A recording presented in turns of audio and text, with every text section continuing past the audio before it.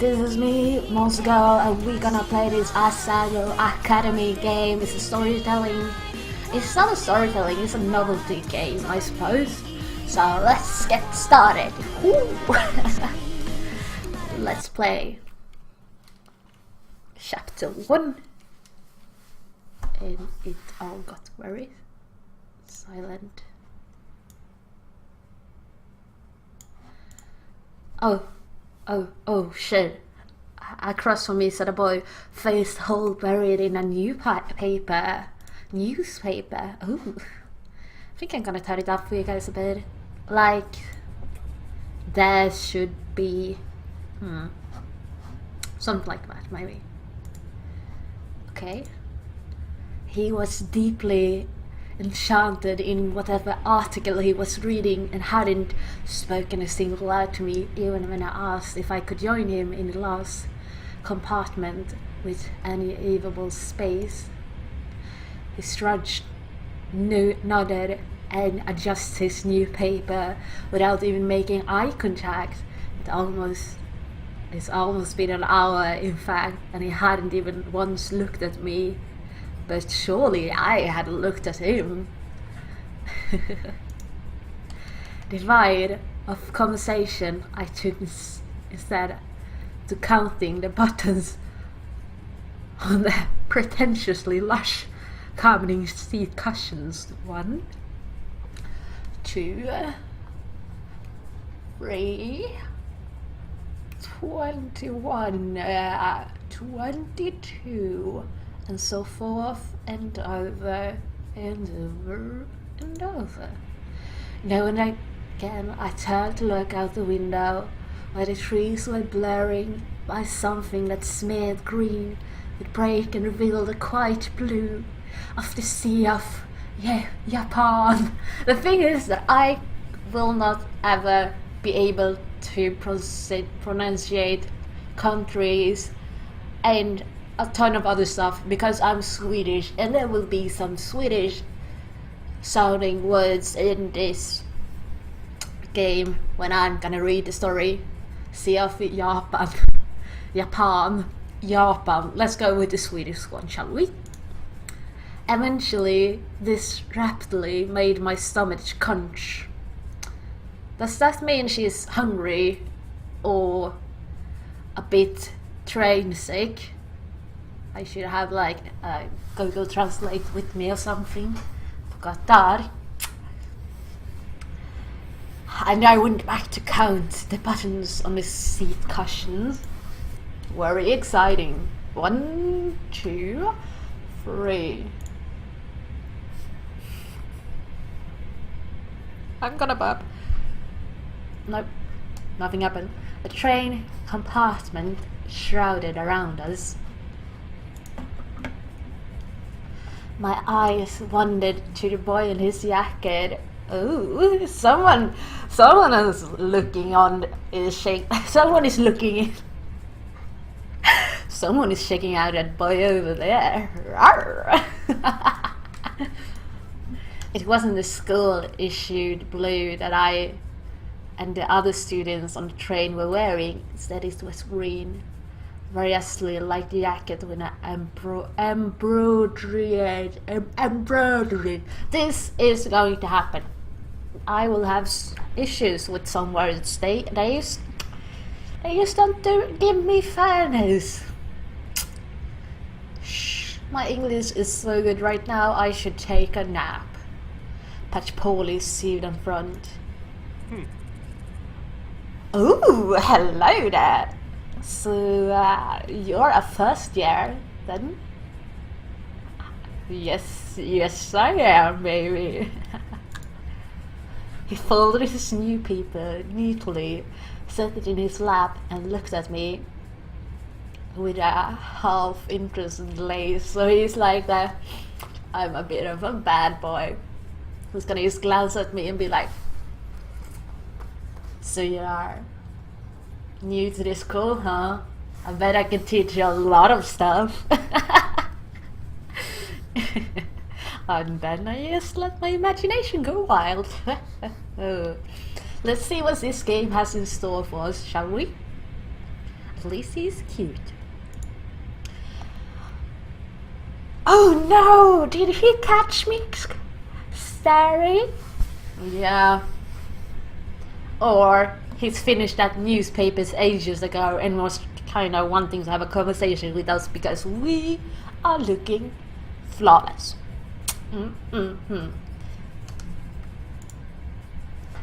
No, the paper was gone. I saw his face. He watched me through heavy-lidded eyes. This description of him makes him so hard. His hair was immaculately groomed, his teeth straight and blindly bright. Someone likes looking good. There was something about him, the way the light hit him, it made him look like he was almost sparkling, like Edward Cullen in Twilight, and I was enchanted by his beauty.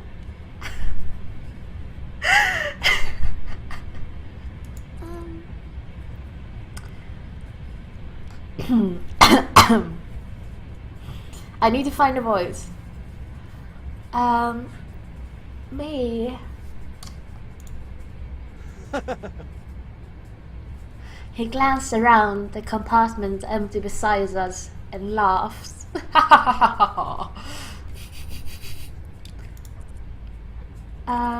No, I'm not a first year. I'm actually a third year. The train began to slow, metal wheels groaning against the metal tracks. Then sudden shift threatened to roll me off whatever was left in my stomach.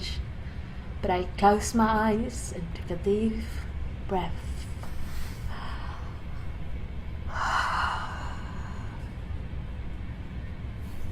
Willing myself to keep it together.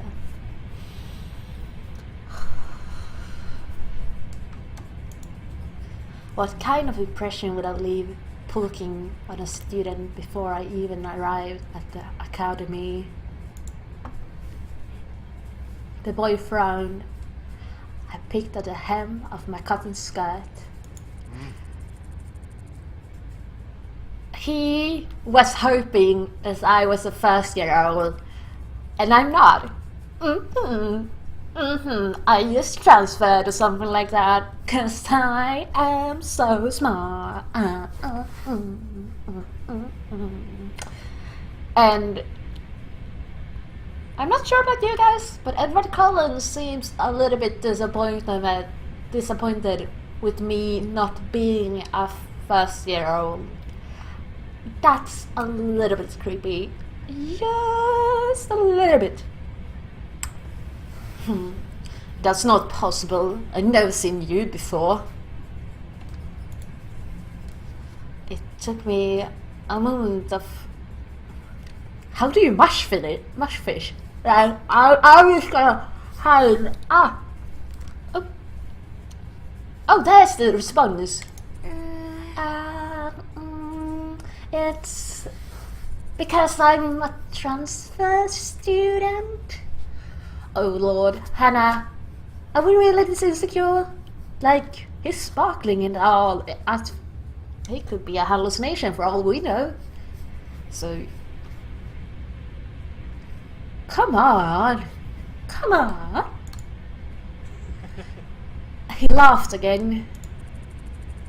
A transfer student, huh? You don't get many of those.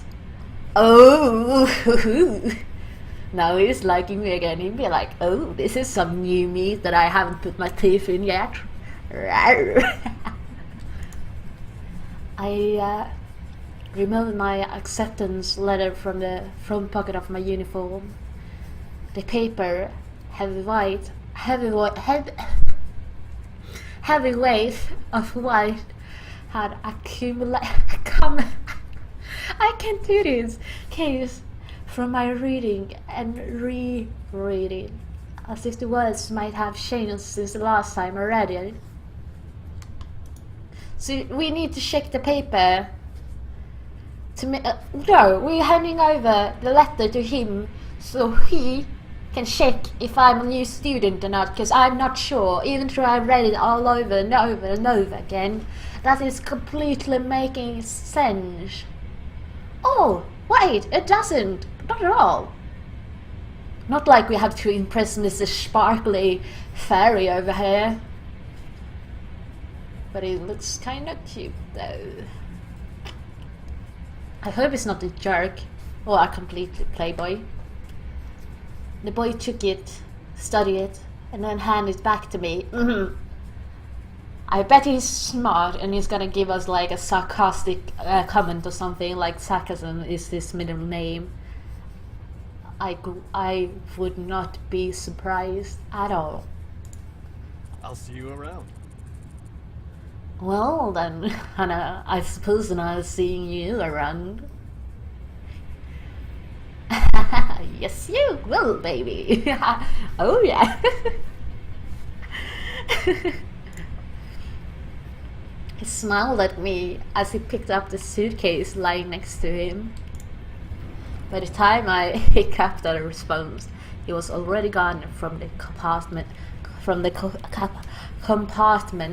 So we're really, really shy. And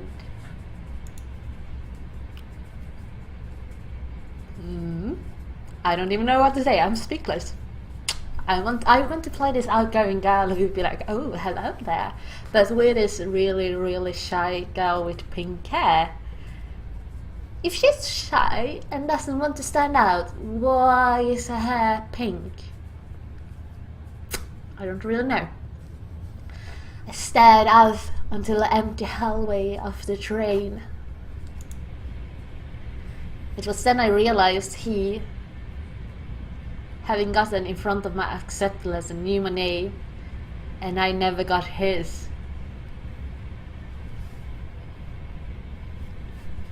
He knew my name and I don't know his name. And he's Edward Cullen. Oh my god, this is a dream come true. I just feel like the fangirl inside of me is being really emotional right now. The train settled at the station and I filled out the rest of the uniform. And I filled out with the rest of the uniformed students. It was early. God damn it! Need to stop double clicking. The trees were already green, the leaves shivered in the occasional gust weaving through them. The air was mild, only a few clouds hanging in the sky. And I was already in love with Edward Cullen. And he and I was gonna get married in the spring. Oh, sorry, I was a dream again. My bad.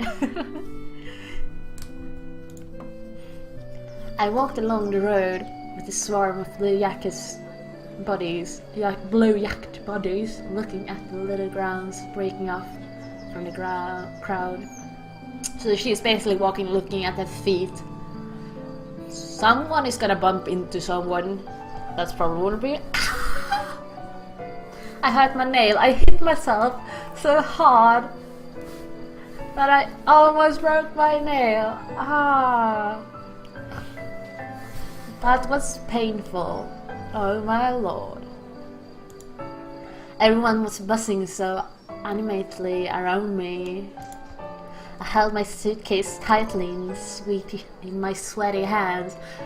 I am so nervous right now, and I don't even know where I am. It was leopard bone, and worth more than anything it contained. It wasn't far from the school, and I was, for maybe the first time in my life, thankful that what I owned didn't amount to much. Okay, good for you. My school issued black Oxford click, click, click on the pavement. Click, click, click, click. I walk over and over in my mind. So many nights I lie awake, imagining what it would be like to walk from the train station to Asagao Academy for the first time. My new start. I always imagined that everything will change for me on this walk, on this street, surrounded by the wind and the singing birds around me. That somehow everything will be magically different and I would become a princess and Aladdin would come on his magic carpet and take me away to Agrabah. That's a completely different story. Keep me to this story. But as I looked around, I realized nothing had changed. No, I hadn't changed. Really, you stepped out of the train and you were expecting and you were expecting what? That looks like almost every school in every manga ever. Oh, yeah. I'm a reached massive gate to the academy.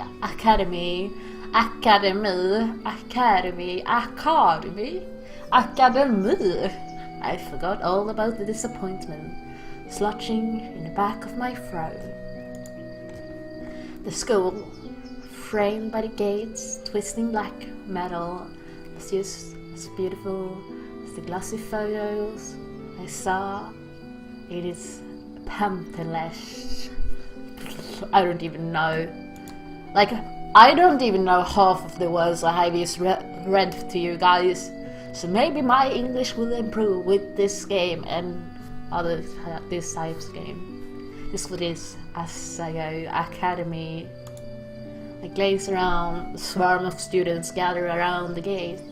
Beyond it, tiny blue people bounce around the academy main building. And everyone was holding hands and singing Kumbaya. A girl pressed out a button on the side of the gate. Excitement in the air was almost palpable.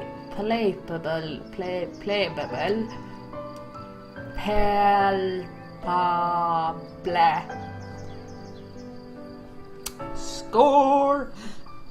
A few moons later, the black gate, with great effort, cracked outwards and cleared the pathway. As the rest of the group shifted into motions, I followed along the sheep in the herd. My stomach tied itself into knots. The crowd split into a different direction. For a moment, I panicked. A tired-looking man with grey hair called out for first years. A cluster of fresh-faced students gathered around him. Tall boy. How does a tall guy sound like? Hey. Hi. Hey! Hey! Look at that girl! Yeah, that's exactly how a tall guy sounds like. I don't know. I turned a few feet away. A small group of boys were pointing at me, snickering. Posh boy. Pink hair? Are you kidding me? How desperate can you get? Hot shame to that. Oh, hot shame crawled down my neck. I attached myself to a group of girls, following a few steps behind them. In the distance, kidneys hummed in time to my shoes crunching against gravel.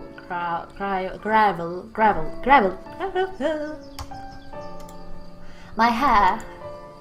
It wasn't my fault that my hair looked this way. Luckily, I found myself at the girls' dormitory, a large sign in the lobby reading Primrose House.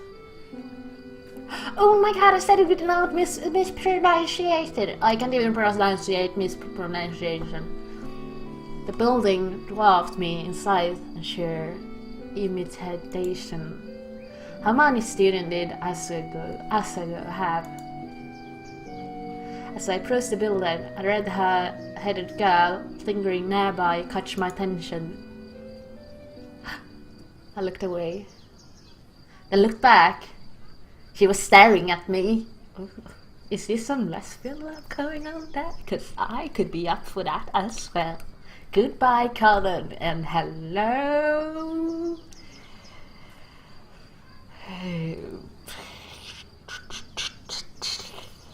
Hello, Will from Winks. Yeah, I'm gonna go with Will. You are Win. She won't go there. Over. Oh. But she's dominant as well. Oh, you must be my roommate! Did you guys hear that? I don't know. I'm gonna read it anyway. Which a bit more like another voice. Oh, you must be my roommate. No. Oh, you must be my roommate. Oh, you must be my roommate. No, because she walked over to me and she'd be like, oh, you must be my roommate. I eyed her warily. She was smiling and bouncing in a way that suggested her views of life were a kind of prepude bunchy castle. That's a really funny sentence over there. What? I'm gonna turn it up for you guys, because they are actually talking for themselves. Who knew that? Bingo. Okay, they're not talking for themselves anymore. Of course, you silly. Let me guess, room 325. Duh. I threw back at the paper I received a month prior with a list of all the supplies I needed for the year and my room arrangements.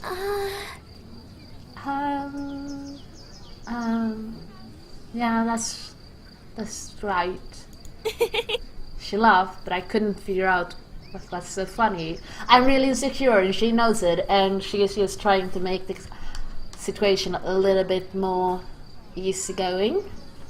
But actually, guys, I'm gonna save here because I need to get going, because I have a life to take care of, and I will see you another time. Live long and prosper.